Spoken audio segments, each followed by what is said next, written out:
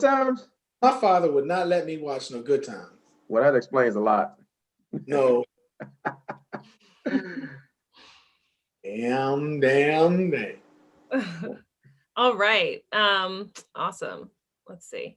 So here we go. It is February 18th, and we are back with Insight Policing Live and Uncut. My name is Dr. Megan Price. I am the director of the Center for Applied Insight Conflict Resolution, and I train and am the founder of Insight Policing. We have with us James Lawrence. Want to say something about yourself? No, I'm good. You can give your little introduction. I appreciate what you were saying. All right. He's a 30-year police officer with lots of experience. And we've also got Mike Delaney with us as well. Why don't you tell us about yourself? Okay, I'm not as shy as Lawrence, so I will brag about what I've done. I'm also a 30-year law enforcement veteran, police officer from the state of Maryland. And my background was mainly in homicide and major criminal investigations. And I'm also an instructor with Insight Policing. Right on. Okay, I also want to say that right now, NASA has just landed a rover on Mars. Did you guys know that? Yeah.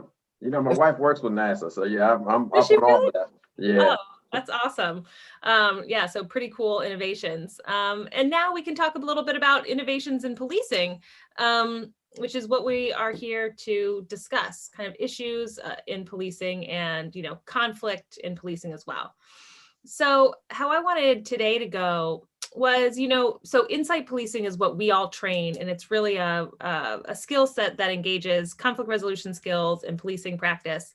And so one of the premises is that when officers are able to understand the people they are engaging with, they position themselves to appropriately, effectively, and legitimately enforce the law and keep the public safe. So what do you two, as police officers, what do you think about that statement? I know for me, when I read it, it reminded me of what the term community policing, because I did a little stretch in doing that and working within the community that you that you serve in. So it gave you a better understanding of what was going on and what the people's concerns were. And also we had different programs that helped out the youth in the night, in the evening, called Safe Summer and stuff like that. And so when you have that type of relationship or, you know, kind of connection with the people that you work with, they feel like they can trust you a little bit better. They open up a little bit more, and they relate to you just like you relate to them, because it's almost like they feel they understand you. So without just going straight to the law enforcement part of it, you kind of help them solve their own problems by, maybe you might want to worry about doing this, or maybe you might not want to be out here at this time of night, or maybe you might want to wonder how you screaming and hollering, in, you know, in your apartment complex. So when I read that, that's the first thing that came to mind, is about community policing. And I am a people person, so I enjoy being able to go in without having to enforce my policing style, and listen a little bit better to help them help them solve their own problems. That's what I got out of when I read your statement. Yeah, that's a good point, Lawrence. That community policing was big in the 90s, and I think they got rid of the official community policing program, the cops program. But you know, as beat officers, as investigators, you still have to be a community-oriented police officer or investigator. You have to. I mean, the bottom line is the people in the community are smart. I know a lot of times when there's a shooting in the neighborhood, or if there's some kind of serious crime, I know the media will get out, and you know, it seems like they find the worst person to put in front of the camera. You know, and it's like, what are they doing out there? But as a whole, what I can say, I was born and raised in DC. I lived in the community that I serve in Prince George's County, in that area. I've lived there my entire life. And I can say that the community as a whole, the community are smart people. they want the same thing that we want, whether you live in the community or not. They want the same thing. They want peace. They don't want these serious crimes being committed, and they don't want these people hiding out or living within that community. So it's like you were saying, Lawrence, you don't go there just to enforce with an iron fist. You go there, you have to go there with an open mind and realize that you're providing a service, but you're part of that community. So if you go in there with that mindset, I think you get a lot more results that you're looking for. So there's something about going into a community with the mindset that the community are people too, and they are smart, and they are living in the communities, wanting safety and security and good lives for themselves and their children, and that opens up that avenue towards understanding, towards dealing with or interacting with community members in a way that facilitates an understanding between them and the officers who are responding. Is that right? Exactly. Yeah. So what might then, particularly in your experiences, what might get in the way of that kind of understanding when you're doing your job? Well, I think a big part of it is what's going on negatively with policing now. If you think about it, all of these negative incidents with the police, involving police, whether shootings or brutality, it's a real small percentage of what police officers are doing throughout the day.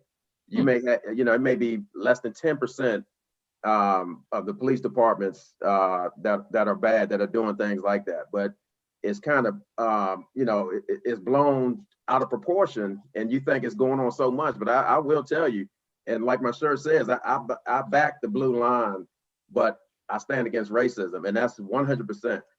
There are great police officers out there, and I work with them in Prince George's County, but when there's one bad incident, it brings us all down, and we have to continue to rebuild that. So no matter how far you go, and it's unfair because, like me, when I was on the streets and in a certain community, and the people would know me there, then I would get a pass on certain things. But if they didn't know Lawrence or someone else, then they wouldn't get the same pass. So when bad things happen in the community involving police, it brings us all down, and it takes other officers who are still trying to maintain that communication. It takes us to get out there and say, look, you have to use your mind on this. You can't just judge all officers based on that.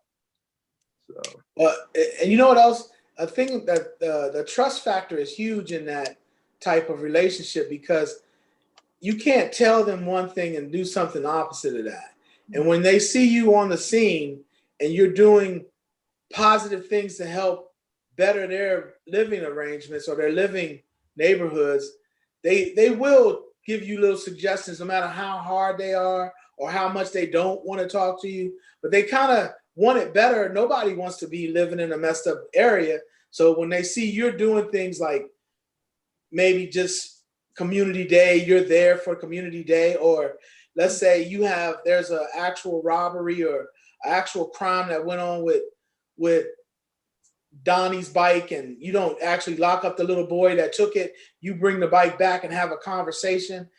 That type of I guess scuttlebutt spreads in the neighborhood. Yeah, like Delaney said, Delaney might be a fixture in the neighborhood, and I come in there and I'm not as permanent as he is, but they see I'm kind of doing the things that he's doing, they'll gravitate to me in a matter of time. Even when you're talking to them for a crime, they're like, come on, Lawrence, it ain't like that. It's like, dude, you making me have to do this because you did what you did, But you're building that trust kind of little by little in all of your actions leading up to the moment where you need to engage with them in some sort of enforcement capacity. So when that moment comes, they're like, oh, it's Lawrence, and I know he's a good guy and has my interest at heart. He's not out just to get me, like perhaps social media might paint police officers generally. Yeah, well, go ahead, Mike. Lawrence. Hold on. It's like you don't hear the whole story when you're on social media either.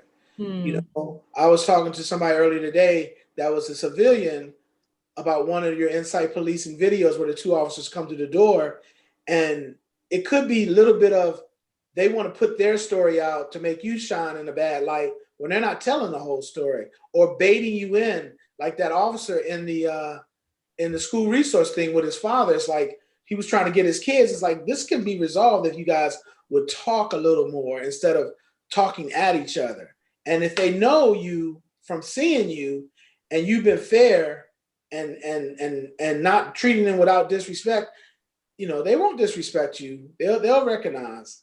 You know, I had a real quick, I know we may be running short on time here, but I used to, when I was with Prince George's County, I would moonlight or work part-time off duty security to make extra money. And I was working at a store in the Hyattsville area where I did my policing. And I had an employee at the particular store. I won't say the name of the store, but they ran into the store and said, hey, it's some kids that are spray painting the back of the wall on the building.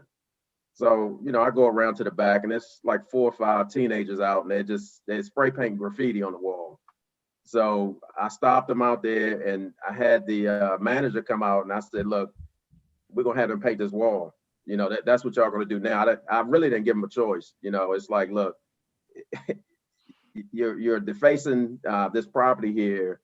And I wasn't trying to get get information from them, but I just at that point, I didn't want to arrest the kids. They may have done this every day of their lives, who knows? But at that particular time, I said, look, y'all gonna paint over all this graffiti, all from the beginning to the end of it, from what I saw them do all the way to the end that was there, that was old. And one of the kids told his father about it. After they did it, I let him go. I took a picture of it when it was clear. And the father came back up. And I mean, this dude, from that point on, this happened maybe about 4 or 5 years before I retired, but he would give me information about the neighborhood, about robberies. And we actually closed some cases out there just based on that, just that little bit of information, or that pass that I gave to the kids. Sometimes you get, better results by just thinking things through and just realize that you were a kid or you have kids and you want to give them a fair shot as well.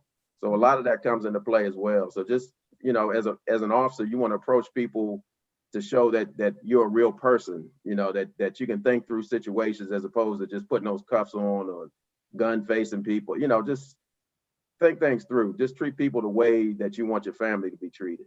So it sounds like there might be another way for justice, right? I mean, so for that shop owner, it wasn't arresting these kids and putting them through the system to teach them a lesson, but it was like, okay, now here's a real bucket of paint and do the chore of making this right. And that's that you had the discretion in that moment to be able to give them that task instead of, arresting them. Right. And that built trust. In the video we showed last week, it was like that, where the guy with the knife, I played off what the guy was saying and related to his scenarios. Right. Look, man, I'm 38. I understand. I've been through a lot. Let me help you before this goes bad. And it's something when police officers, some of them come in like that, and then it's something when police officers are seen like that, they might be seen as soft. I've seen young guys come in with that, say the world mentality, thinking they got to lock everybody up, that have converted to being more understanding of the people they serve. And I think sounds like the dividends, they return, right? Because Mike, you build community trust and get information from that dad, and this officer is able to diffuse the situation, make something that could have been highly dangerous into something that was a peaceful surrender, right? And so both of those stories really do capture the essence of the quote that we began the segment with, right? So when you're able to understand the people you're engaging with by paying attention to them, by getting curious about them, then you position yourself as an officer to appropriately, effectively, and legitimately enforce the law and keep the public safe. That's right. Yeah. That's why you're the doctor. That's why you're the doctor. All right. Anything else, guys? No, I think that's it. All right. Well, appreciate the time again. Yeah, thanks everybody for watching and joining, and we will we'll see you next week. like it, share it, subscribe. There you go. All right. And Bye. also comment, and we'll come up with other ideas, more ideas for the next week's show. Definitely. All right, y'all